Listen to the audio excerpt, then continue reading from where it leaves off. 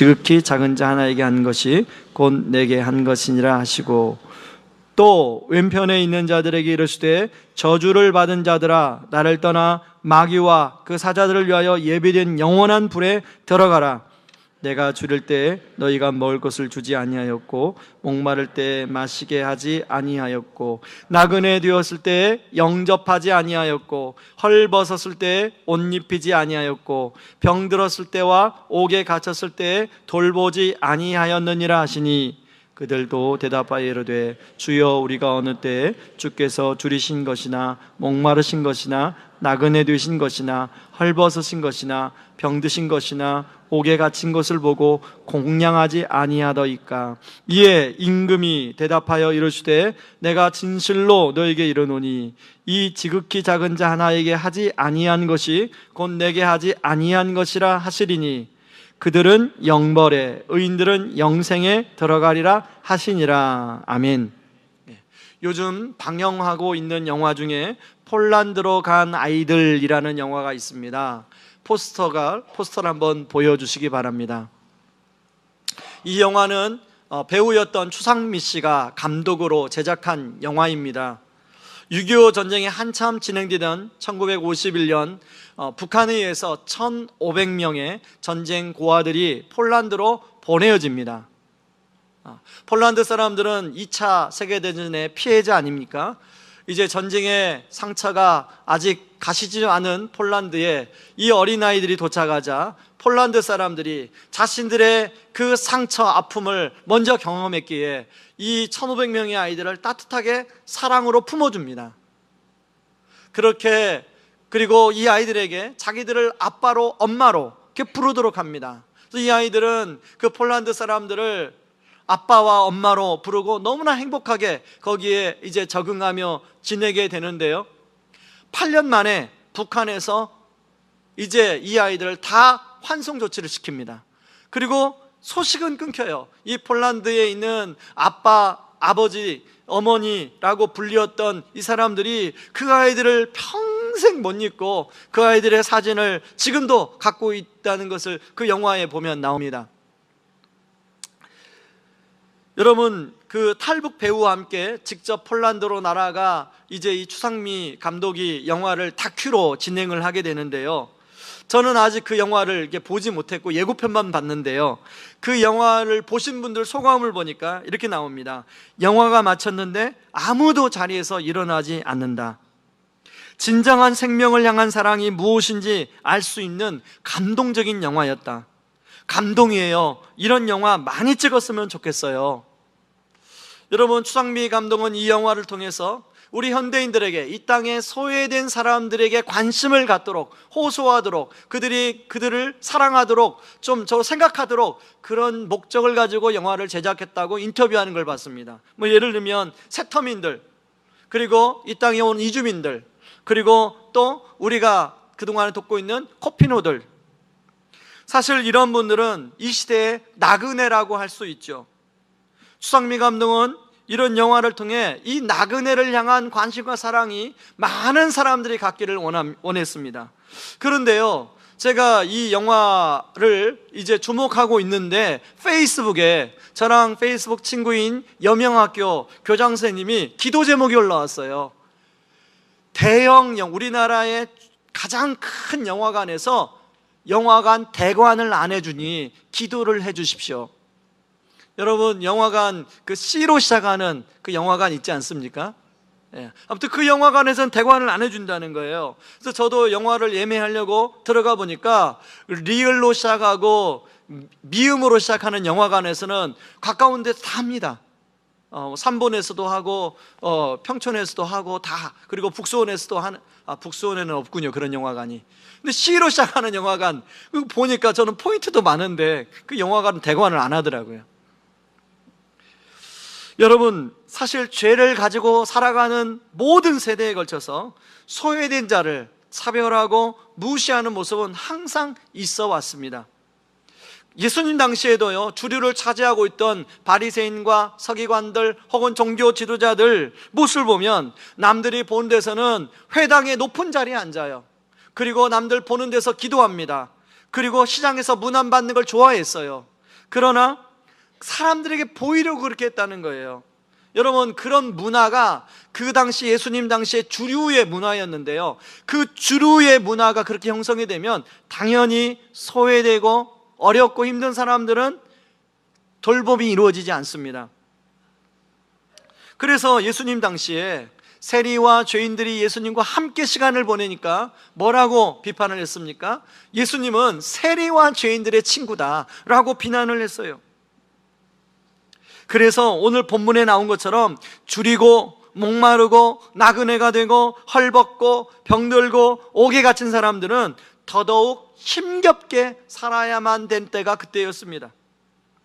예수님은 33년을 그런 사회에 살고 있었기 때문에 그런 모습을 보고 너무나 가슴이 아팠어요. 그래서 오늘 예수님이 양과 염소의 비유를 들어서 바로 그런 중요한 말씀을 하고 있는데요, 여러분, 팔레스타인에는 낮에는 양과 염소와 함께 이제 풀을 뜯고 그렇게 지냈다고 해요. 그러나 저녁에는 양은 따로 염소는 따로 그렇게 분류를 했다고 합니다. 제가 자료에 보니까 양은 굉장히 좋은 편에 염소는 굉장히 안 좋은 비유를 들었잖아요. 어떤 분은 뭐 양이 고집은 있지만 염소보다는 고집은 덜하다, 그래서 좋은 쪽에 했다. 염소가 고집이 너무 세서 오른편에 했다.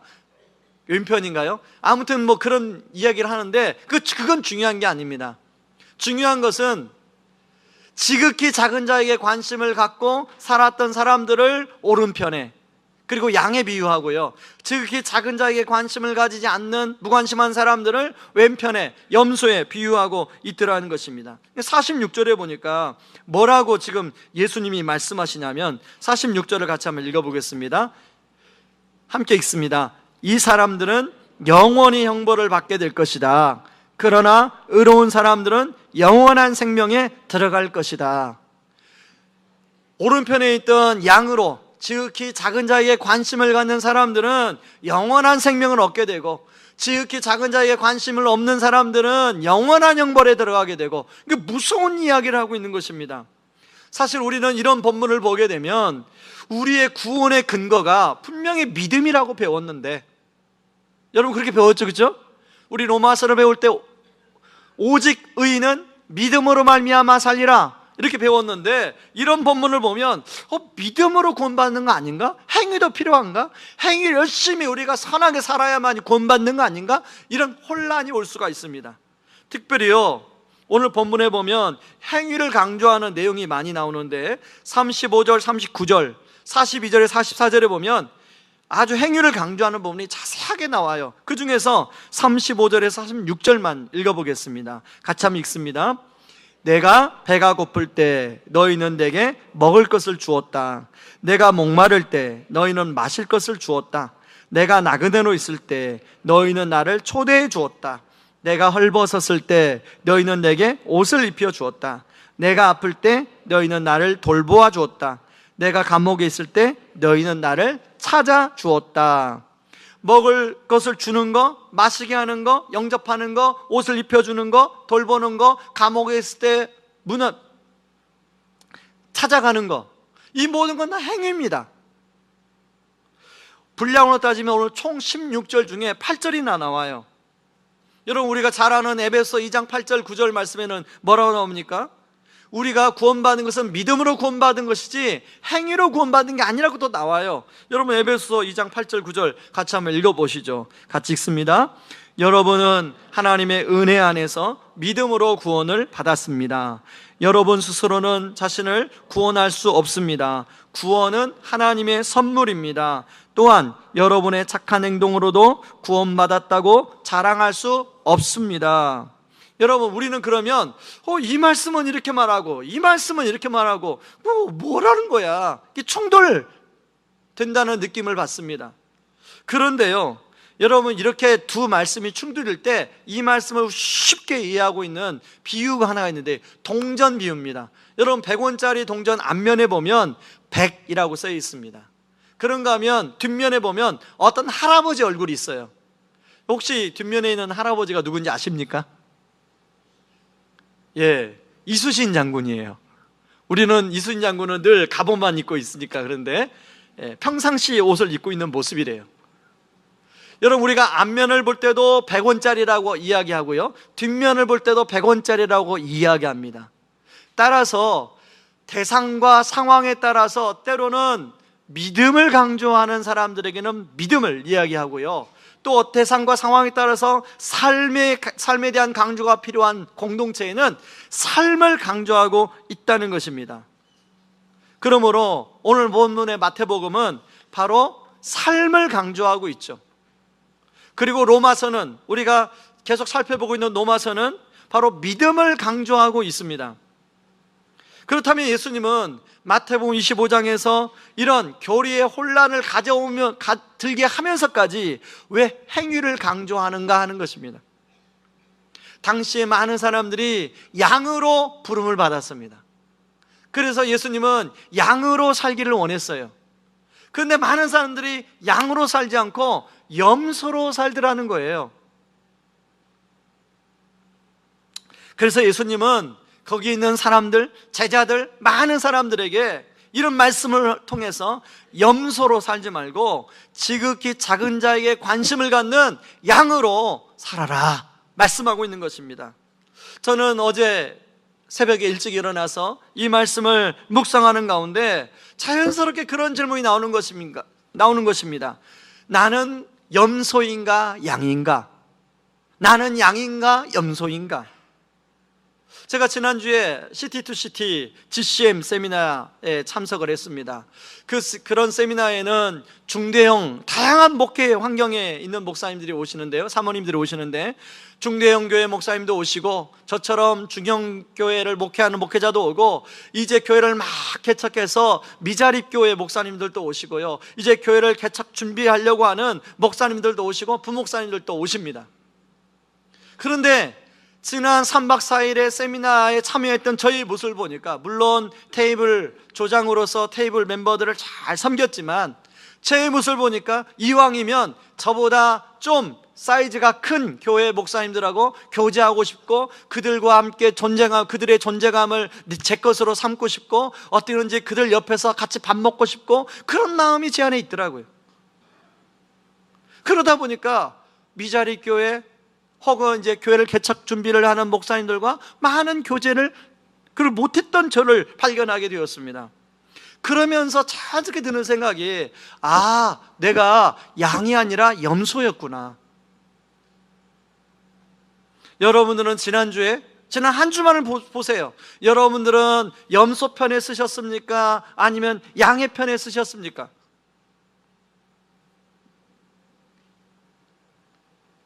그런 가운데 주님은, 그렇다면 왜 이 말씀을 우리한테 하고 계실까? 우리는 우리의 본성은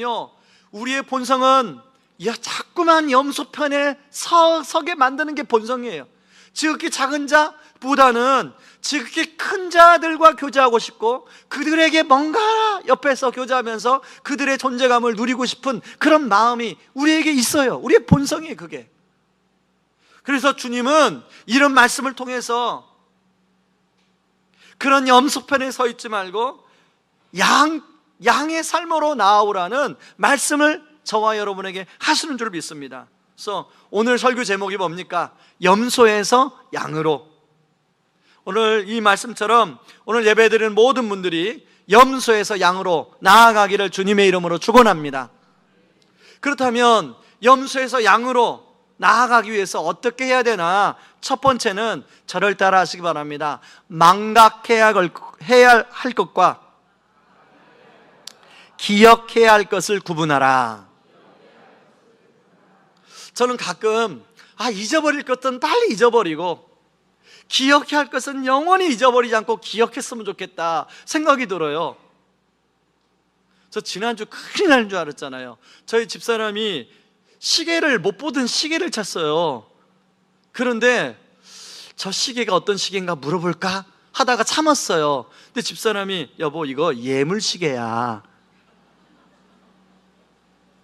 그런데 그러면서 제가 뭐라고 했냐면, 근데 여보 내 시계는 어디가 있어? 여러분, 저는 이미 예물 반지도 어디로 도망갔고요, 예물 시계도 어디로 도망갔어요.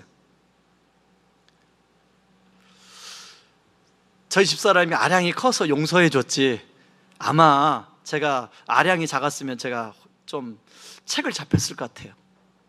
어떻든 간에 여러분, 우리는 좀 잊어버려야 할 만한 것들은 빨리 잊어버리고 기억해야 할 것은 꼭 기억했으면 좋겠다는 생각이 드는데 거꾸로 될 때가 많아요. 잊어버릴 것은 잘 안 잊어버려요. 꼭 기억에 남아요. 그리고 꼭 기억해야 할 것들은 금방 잊어버려요. 오늘 이런 전제를 두고 오늘 말씀을 한번 살펴보시기 바랍니다. 오늘 본문에 나오는 양과 염소가 나오는데 공통점이 있습니다. 공통점. 자, 첫 번째, 둘 다 주님이 말씀하시는데 그것을 부정하고 있어요. 자, 여러분 마태복음 25장 37절을 한번 보세요. 양에 대한 말씀이에요. 같이 한번 읽어봅니다. 그때 의로운 사람들이 그에게 대답할 것이다. 주님, 언제 주님께서 배고프신 것을 보고 언제 목마른 것을 보고 마실 것을 주었습니까? 자, 44절은 염소가 하는 말이에요. 그때 그 사람들이 대답할 것이다. 주님, 언제 주님이 배고프거나 목마르거나 나그네 되었거나 헐벗었거나 아프거나 감옥에 있는 것을 보고 우리가 돌보지 않았습니까? 양도 주님, 언제 제가 그렇게 했습니까? 염소도 아니 주님, 언제 내가 그렇게 안 했습니까? 지금 주님의 말씀을 부정하고 있어요. 그런가 하면 두 번째 공통점이 있는데 양도 행위가 있고요, 염소도 행위가 있어요. 양도 나름대로 자기가 내세울 만한 선한 행위가 있고요, 염소도 자기가 내세울 만한 선한 행위가 있어요. 없는 게 아니에요. 그런데 양과 염소의 차이점이 있습니다. 자, 염소는 자신들의 행위를 기억해요. 그런가 하면 양은 자신들의 행위를 기억하지 못해요. 여러분, 당시에 바리새인과 제사장들은 자신의 행위를 의로 여기며 자랑하며 그것에 존재감을 느끼고 살았습니다. 그래서 다른 사람보다 내가 더 열심히 착하고 선하고 율법을 잘 지켜 살아서 내가 사람들로부터 인정을 받아야겠다. 그게 그 사람들의 가치였어요. 그런데 그렇게 문화가 형성되다 보니까 그 당시에 많은 사람들이 그렇게 따라가서 살았어요. 그러나 소수의 사람들은 자신도 어려운 처지에 있었지만 하나님의 은혜로 나아져서 그것이 너무나 감사한 마음으로 살았습니다. 그래서 그런 은혜가 중심에 자리 잡고 있기 때문에 자기 옛날과 같은 자기 형편에 있는 사람들을 바라보면서 그들을 향한 긍휼한 마음으로 바라보는 거예요. 그래서 자기도 어렵지만 자기가 가지고 있는 것에서 뚝 띄어서 함께 나누고, 그리고 그들의 옆에 가서 손도 잡아주고 말동무도 되어주고 친구가 되어주려고 그랬어요. 이런 마음에서 우러나서 했기 때문에 그 시간 지나면 잊어버려요. 여러분, 누가 양이고 누가 연소입니까? 은혜로 했기에 자신의 의로운 행위를 시간 지나면 기억에서 잊어지는 것, 바로 그것이 양이죠. 반면에 내가 어떤 목적을 가지고 했기 때문에 그렇게 한 의로운 행위는 잘 잊어지지가 않아요. 여러분, 인간은요, 자신의 의로움을 기억하고 그것을 자꾸만 되새김질할 때가 많아요. 그러면서 뭐라고 생각하냐면, 그래도 내가 괜찮은 사람이지, 내가 이 정도면 내가 다른 사람보다 좀 낫지, 내가 부족한 게 뭐가 있어, 그렇게 스스로 안위하며 살 때가 많이 있습니다. 그런데요, 그런 모습을 가지고 하나님 앞에 서게 되면 그건 교만하다는 것이죠. 여러분, 이런 사람들은 하나님 앞에 기도할 때도요, 자신의 의로움에다 호소합니다. 하나님 아버지, 내가 옛날에 이것도 하고 저것도 했는데 하나님 이 기도에 응답해 주셔야만 합니다. 하나님, 내가 새벽 예배를 얼마나 열심히 했습니까? 하나님 응답해 주셔야만 합니다. 그런데요, 제가 복음을 잘 이해하지 못할 때 과거에 그런 기도를 제가 참 많이 했더라고요. 하나님, 내가 젊은 날부터 내가 주님 앞에 이렇게 봉사하고 또 그 어려운 일을 이렇게 하고 하지 않았습니까? 하나님 응답해 주시옵소서. 안 해주십니까? 왜 안 해주십니까? 막 협박하면서 기도했더라고요. 바로 제가 뭐예요? 염소의 기도를 했더라고요. 여러분, 그러나 양은 자신의 의로운 행위는 잊어버리고 하나님 앞에 나갈 때 자신의 최선밖에 떠오르지 않아요. 여러분, 우리는 아무리 의롭고 착하게 살아도 우리가 짓는 죄를 다 커버할 수가 없습니다. 우리는 자주 염소일 때가 많아요. 내가 한 의로운 행위가 잘 안 잊어버려져요. 계속 기억남아요. 그리고 의로운 행위에 우리가 호소할 때가 많죠. 그러나 하나님은 그런 모습을 보고 우리를 교만하다고 할 수밖에 없습니다. 그러므로 우리는 이런 것들을 자꾸 잊어버리는 훈련을 해야 돼요. 내가 뭔가 착하고 의미 있는 일을 하고 내가 누군가를 도와준 일을 분명히 여러분 하셨죠. 그런 일을 하고 나면 주여 잊어버리게 하여 주옵소서. 그리고 뭐가 기억나야 되면 하나님 앞에 나갈 때마다 주님, 저는 생각하는 것보다 더 죄인입니다. 세미나 때마다요, 미국에서 두 분의 목사님이 우리를 돕기 위해서 오십니다.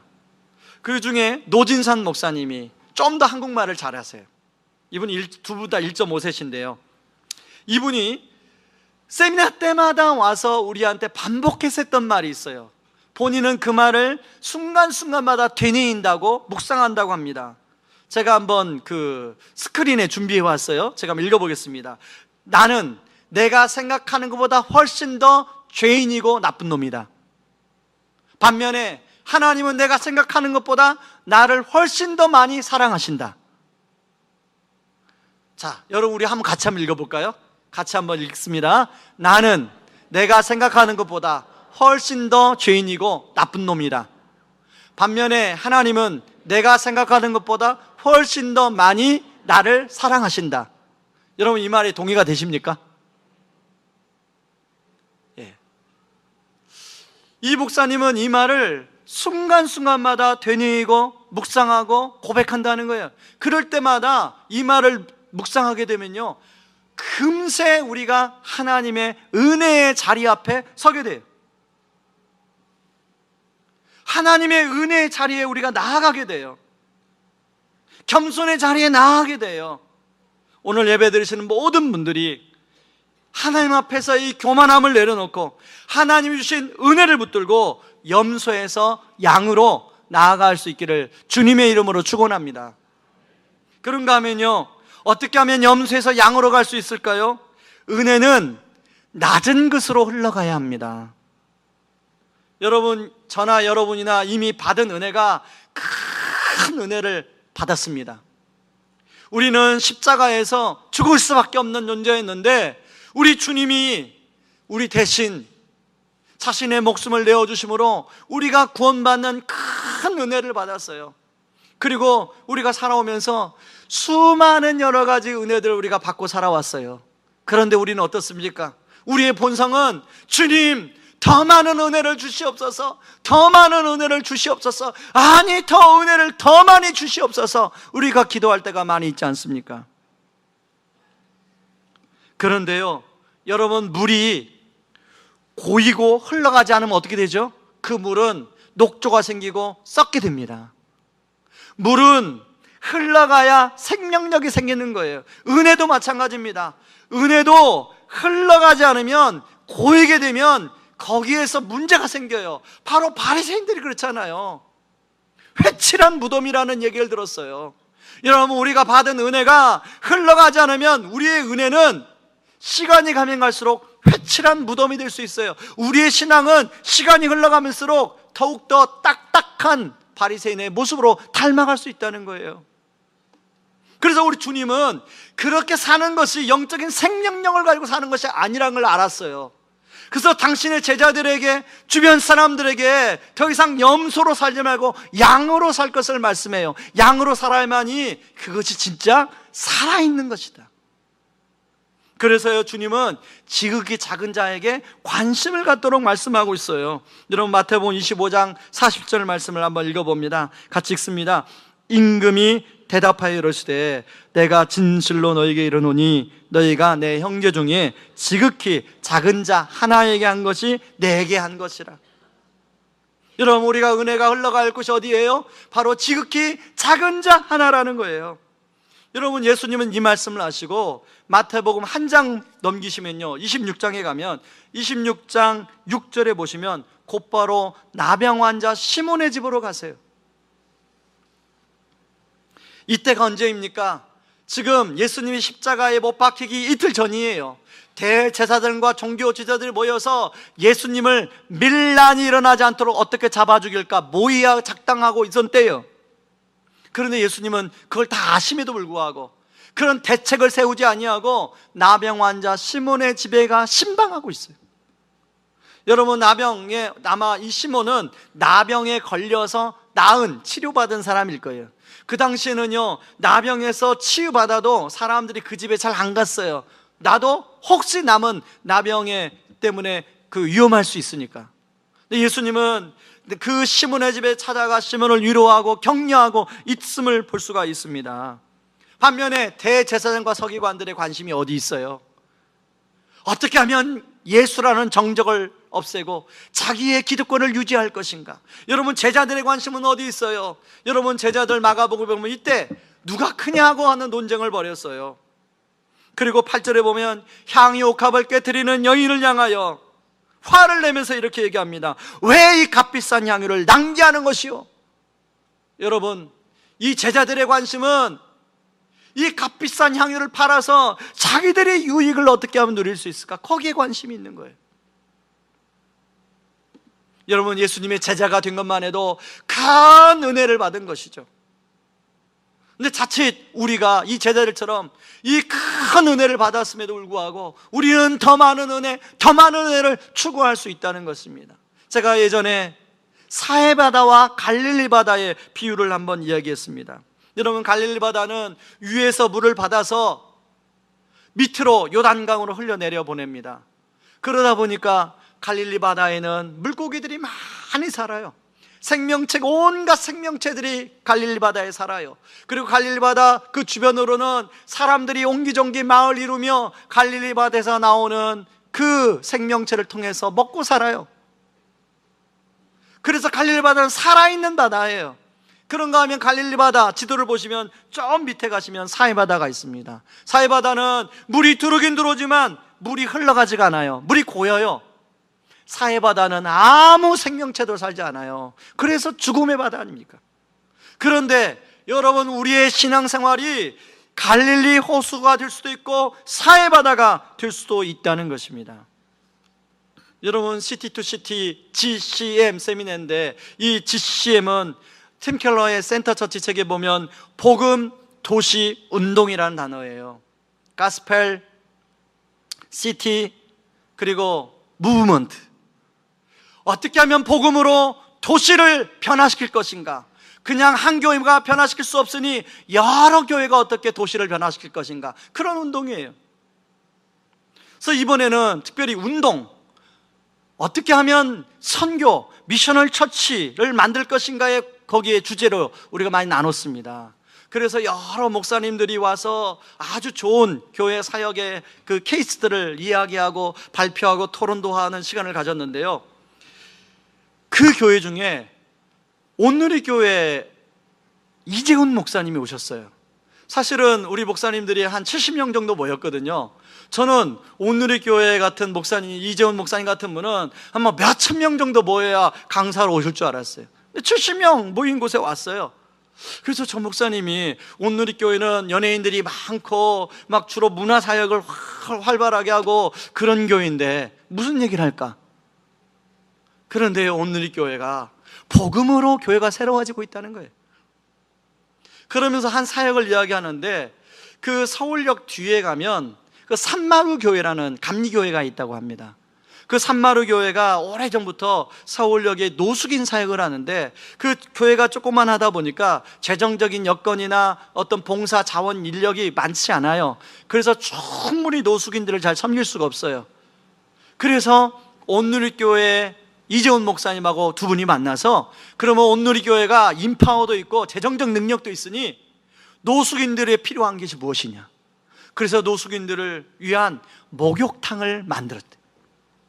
그래서 노숙인들이, 서울역에 있는 노숙인들이 충분히 씻고, 그리고 그 온누리교회 성도들이 가서 그들을 씻겨주고 그들과 함께 친구가 되어주고 찬양대를 만들고 찬양팀을 만들고 함께 섬기는 사역들을 쫙 소개해 주는 거예요. 그것뿐만 아니라 이 땅에 정말로 소외된 자가 누구냐 고민을 하다가 이 땅에 온 이주민들이 많은 화성, 안산에 곳곳에 센터를 만들어서 이주민들의 필요들을 잘 채워주고 있다는 거예요.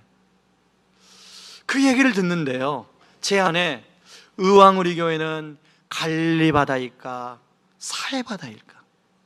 처음 개척할 때는 사회적 교회, 선교적 교회, 우리가 이곳에 하나님 필요해서 세우셨을 텐데 어떻게 하면 우리의 사랑을 흘려보낼까? 그런데요, 1차, 1년차, 2년차, 3년차, 8년차에 돌아보니까 자꾸만 제 느낌이 사회바다로 가려고 하는 그 느낌을 받는 거예요. 여러분, 저는 그런 생각을 했다면 여러분들은 여러분 개인의 삶을 거기에 한번 비유해서 생각해 보세요. 여러분의 개인의 삶은 갈릴리 호수입니까? 아니면 사해바다입니까?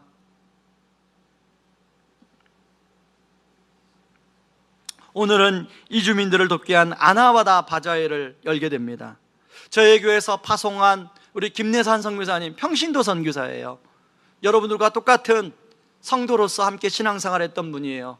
그래서 위디 선교회를 지금 섬기고 있는데요, 그 위디 선교회는 카메룬에서 온, 그 카메룬도 남부에서 온 사람들이 주류를 이루고 있다고 합니다. 그래서 제가 왜 그런가 물었어요. 근데 카메룬은 북부와 남부로 되어 있는데요, 북부는 불어를 쓰는 사람들이 살고요, 남부는 영어를 쓰는 사람이 사는데, 이 북부 사람들이 정권을 잡아서 남부 사람들을, 사진에 나오네요, 남부 사람들을 탄압하고 압제하고 심지어는 최근에는 죽이기까지 한다는 거예요. 그래서 이 사람들이 산속으로 다 도망갔대요. 그래서 어떤 사람들은 살기 힘들어서 우리나라에 와서 난민 신청을 하고요, 어떤 사람들은 유학생으로 오고. 그런데 피부색이 검다 보니까 우리나라에서 일자리 잡기가 그렇게 어렵대요. 여러분, 우리나라가 복지제도가 그래도 잘 돼서 외국인들도 이제 한 달에 8,000원만 내면 의료보험 제도 혜택을 받을 수 있어요. 그런데 8,000원을 못 내서 의료보험 혜택을 못 받는 사람들이 의외로 많다고 그러네요. 바로 오늘은 그런 분들에게 조금이나 도움이 되고자 우리가 바자회를 준비했습니다. 여러분, 사실 가면 물건이 여러분의 마음에 드는 것도 있고 들지 않는 것도 있을 수 있어요. 그러나 여러분이 참여한다는 마음으로 거기다가 후원 모금함도 만들어 놨거든요. 여러분, 그들을 위해서 십시일반 조금씩이라도 후원하고 또 바자회에 참여해서 또 식사도 함께 나누면서 여러분들이 오늘 지극히 작은 자에게 여러분의 은혜를 흘려보내는 그런 귀한 날이 되기를 바랍니다. 그럼 마지막으로 말씀을 마치기 전에요, 같이 한번 성경 구절을 읽고 말씀을 마치려고 합니다. 신명기 10장 19절입니다. 같이 읽습니다. 너희는 나그네를 사랑하라. 전에 너희도 애굽 땅에서 나그네 되었음이니라.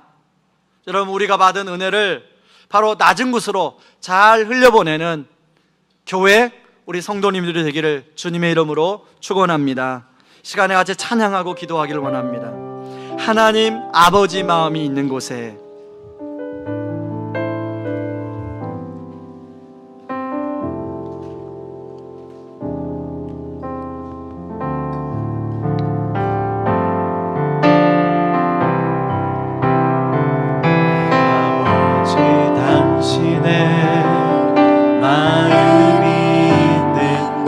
나의 마음이 있기를 원해요.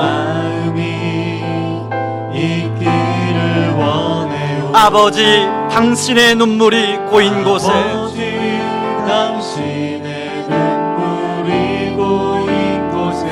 나의 눈물이 고이길 원해요. 아버지, 당신이 바라보는 영혼에게 나의 두 눈이 향하길 원해요.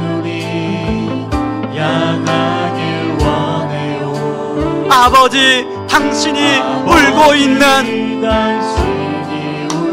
어두운 땅에 나의 두 발이 향하길 원해요.